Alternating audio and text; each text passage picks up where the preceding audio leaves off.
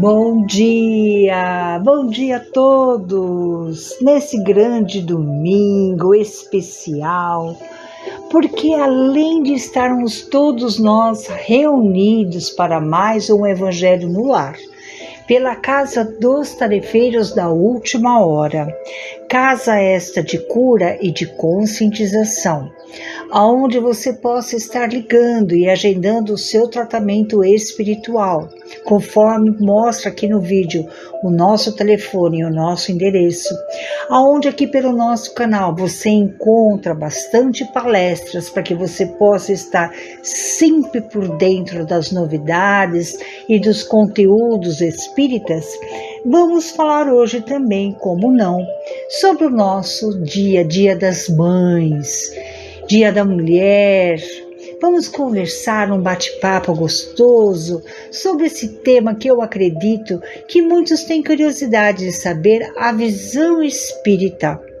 Então nós vamos assim nesse universo esplendoroso, repleto de muito amor, convidar os nossos mentores e amigos espirituais.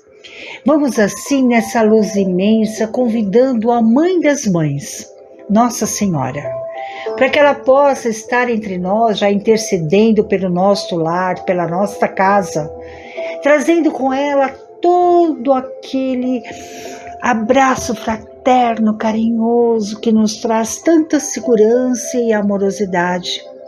Que ela possa, com as suas águas crísticas, retirar de pisos, tetos e paredes toda aquela influência negativa, colocando no lugar de tudo isto o amor, a compaixão e tudo aquilo que é necessário para nós podermos estar no sentido amparados e protegidos.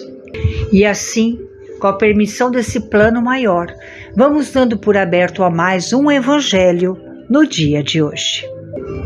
Podemos assim começar que entre todos nós, de acordo com a doutrina espírita, todos nós, independentemente, somos e temos o lado feminino dentro de nós.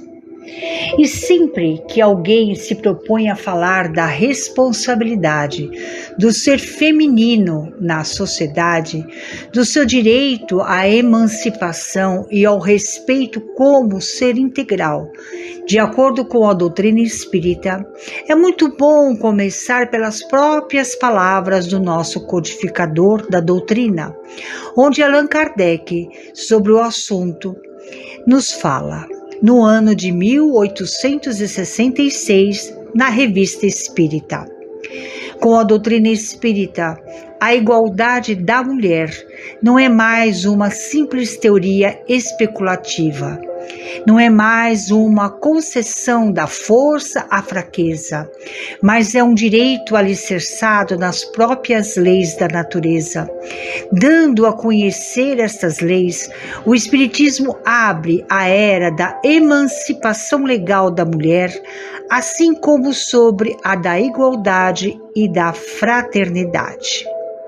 Assim também como na questão 822 do Livro dos Espíritos, vejamos a elucidação sobre o papel da mulher na visão do Espiritismo. Sendo iguais perante a lei de Deus, devem os homens ser iguais também perante as leis humanas? Eis a resposta. A lei humana, para ser equivalativa, deve consagrar a igualdade dos direitos dos homens e da mulher. Todo privilégio a um ou a outro concedido é contrário à justiça. Sabemos que além do corpo feminino, existe um espírito imortal, que agrega experiências como resultado de suas múltiplas reencarnações, seja como homem ou como mulher. Com base nesses conhecimentos, podemos refletir que na caminhada evolutiva, os princípios de igualdade e respeito podem ser aplicadas em qualquer tempo e para qualquer papel que a venha a ser vivenciado como ser reencarnado na Terra. A partir dessa consciência, homens e mulheres poderão viver em harmonia e inspirar os semelhantes com exemplos de força, coragem e amor. Enquanto isso, as mulheres que lutam por seus direitos e por um mundo melhor empunham o exemplo enquanto educam seres do bem que viverão dignamente seu papel e farão a diferença na sociedade. A mulher no movimento espírita merece destaque quando falamos no movimento espírita em si, porque ele é composto por uma grande parte por mulheres. Nas casas espíritas, seja como colaboradoras dos mais diversos trabalhos, como associações de instituição ou na diretoria das instituições espíritas, a força feminina se destaca. Da mesma forma, o público recebido nas casas espíritas ainda é, em sua maioria, compostos por mulheres. São mães, esposas, filhas em busca de conhecimento para si próprias e para maior harmonia familiar, ou ainda uma pequena psicografia de um ente querido que já partiu. Isso porque a mensagem espírita colocada em prática transforma positivamente a pessoa e a sua forma de se relacionar com os outros dentro e fora do lar. São também elas, na maioria das vezes, que assumem o compromisso de proporcionar aos filhos os ensinamentos, com todos os benefícios que lhes proporcionam ao espírito reencarnante em processo de aprendizagem e reinício da caminhada terrena. Reencarnar numa experiência feminina é a mais desafiadora oportunidade para um espírito. Mas não se assuste, é isto mesmo. O espírito precisa reencarnar várias vezes, tanto como homem quanto mulher, para adquirir os valores dessas duas experiências. Mas nas experiências femininas, o espírito tem que estar mais preparado para sair vitorioso. Vejamos. No lar, é a mulher que está mais preparada para renunciar a si mesma em favor da família. A vida familiar é como um ângulo reto nas linhas da evolução divina.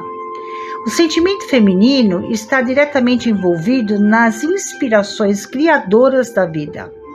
O lar é o sagrado ambiente onde o homem e a mulher se encontram para entendimento indispensável. É um templo onde cada um deve se unir espiritualmente antes que fisicamente. E nesse verdadeiro instituto doméstico, baseado na harmonia justa com os direitos e deveres legitimamente partilhados, a mulher deve envolver a todos no voo divino de ternura e sentimento rumo aos planos superiores da criação. A mulher deve procurar mobilizar os máximos recursos do espírito para promover o verdadeiro amor entre os seus, na integração de suas forças sublimes. As almas femininas não permanecem inativas no plano espiritual. Quando merecedoras recebem o direito de esperar pelos familiares e preparar o lar para recebê-los depois do desencarne. Se não são merecedoras, trabalham dedicadamente para conseguir este benefício. Desenvolve ainda mais a capacidade de aprender a serem mães, esposas, missionárias e irmãs. Sempre voltadas ao próximo, se dedicam aos serviços da paciência, representando forças muito expressivas. Atuam diretamente nos serviços do socorro espiritual a todos que sofrem em função da capacidade de amar. E quando uma intervenção mais eficaz e profunda tem que ser levada a efeito para socorrer a um espírito muito sofrido, é a figura materna que eles evocam. Estão sempre prontas a encarnar ou encanar umas situações complexas junto aos que amam, para garantir o sucesso da programação reencarnatória deles. Ser mulher é ser vida. E assim, para entendermos melhor o papel feminino, tanto do lado espiritual como no lado aqui matéria, a mulher pratica e estimula o autoconhecimento. Procuram se conhecer, buscam seus propósitos, sua natureza e a sua essência. Sabem as suas virtudes e enfrentam os seus obstáculos internos. São levadas por valores, são idealistas e motivam-se por significados e sentido de integridade e vão além dos imediatismos e objetivos egóicos. Tem capacidade de encarar e utilizar a diversidade, supera os obstáculos usando toda e qualquer dificuldade, as adversidades e desafios para aprender a serem melhores. Não exclui e não negam os altos conhecimentos, diferenças e dificuldades. Não pensam pequeno ou só em parte ou aspecto das coisas. Ampliam a perfeição, sente-se parte de um todo social, planetário e cósmico. Sabe que suas decisões e ações afetam tudo e que tudo nos afeta. Reconhece a riqueza da vida que só é possível com as diferenças e diversidade. Pessoas, cores, culturas, lugares e formas de ser e de agir são fontes de aprendizados e transformações. Têm independência, estão no comando de suas próprias vidas, interagindo e manifestando respeito com tudo e com todos, mas com autonomia nas suas escolhas e caminho. Têm compaixão, que manifestam respeito e amor a tudo e às infinitas realidades da vida. Sabem o seu valor e são empáticas com as outras pessoas, em conexão com os sentimentos e necessidades alheias. Mas, além de tudo isso, além desta missão e ao mesmo tempo grande dever, mais do que pensam as pessoas, tem da sua responsabilidade quanto ao futuro. O amor de mãe persiste pela vida inteira e comporta um devotamento e uma abnegação que são virtudes. Sobrevive mesmo à morte e acompanha o filho até no plano espiritual. Diante de tudo isso, nos vai ficando claro que a maternidade se organiza como uma profunda missão com vistas ao futuro, pois é indiretamente do caráter que agem os pais, mas, sobretudo, a mãe que desde tempos remotos está mais ligada e por mais tempo ao filho.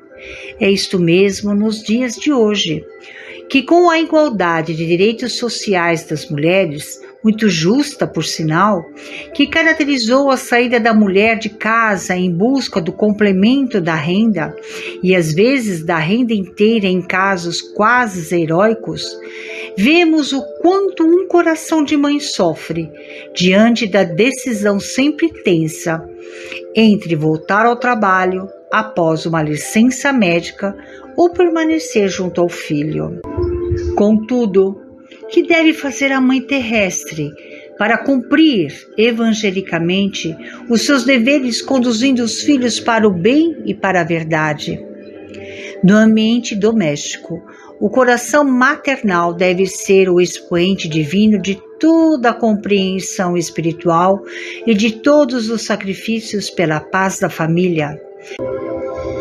E dentro dessa esfera de trabalho, na mais santificada tarefa de renúncia pessoal, a mulher acende a verdadeira luz para o caminho dos filhos através da vida. A missão materna resume-se em dar sempre o amor de Deus, o Pai de infinita bondade que pôs no coração das mães a sagrada essência da vida. Nos labores do mundo existem aquelas que se deixam levar pelo egoísmo do ambiente particularista. Contudo, é preciso acordar a tempo, de modo a não viciar a fonte da ternura. A mãe terrestre deve compreender, antes de tudo, que seus filhos, primeiramente, são filhos de Deus. Desde a infância deve prepará-los para o trabalho e para a luta que os esperam. Desde os primeiros anos deve ensinar a criança a fugir do abismo da liberdade, controlando-lhes as atitudes e concentrando-lhes as posições mentais, pois que esta é a ocasião mais propícia à edificação das bases de uma vida. Deve sentir os filhos de outras mães como se fossem os seus próprios, sem guardar de modo algum a falsa compreensão de que os seus são melhores e mais altamente aquinhoados que os dos outros. Ensinará a tolerância mais pura, mas não desenhará a energia quando seja necessária no processo da educação. Reconhecida a heterogeneidade das tendências e a diversidade dos temperamentos.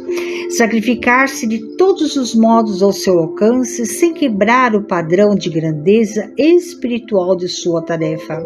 Pela paz dos filhos, ensina-lhes que toda dor é respeitável, que todo trabalho edificante é divino e que todo desperdício é falta grave. Ensinar-lhes o respeito pelo infortúnio alheio, para que sejam igualmente amparados no mundo, na hora de amargura que os espera, comum em todos os espíritos encarnados. E nas dificuldades, da dor e do trabalho, da provocação e da experiência, não deve dar razão a qualquer queixa dos filhos, sem exame desapaixonado e meticuloso das questões, levantando-lhes os sentimentos para Deus, sem permitir que estacione na futilidade ou nos prejuízos morais das situações transitórias do mundo. Será ele no lar o bom conselho sem parcialidade, o estímulo do trabalho e a fonte de harmonia para todos. Buscará na piedosa Mãe de Jesus o símbolo das virtudes, transmitindo aos que o cercam um dos sublimes da humildade e da perseverança, sem qualquer preocupação pelas gloriosas efêmeras da vida material.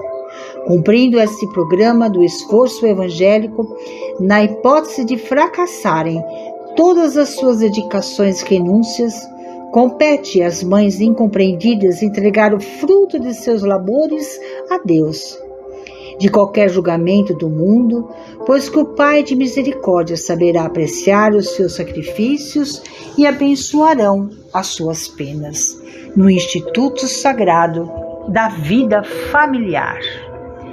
Então é assim que eu espero ter passado para vocês um pouquinho do que a doutrina espírita nos fala sobre o que é ser mãe. E nunca jamais podemos nos esquecer que graças a ela você hoje está ouvindo este evangelho. Sim, você está encarnado. E mesmo que a senhora sua mãe já tenha ido para a pátria verdadeira, saiba que nesse instante ela sempre estará olhando e pedindo e assessorando a você em todos os seus momentos. E se você puder no dia de hoje, dê aquele abraço muito gostoso à senhora sua mãe, no sentido de agradecê-la por tudo que ela te fez.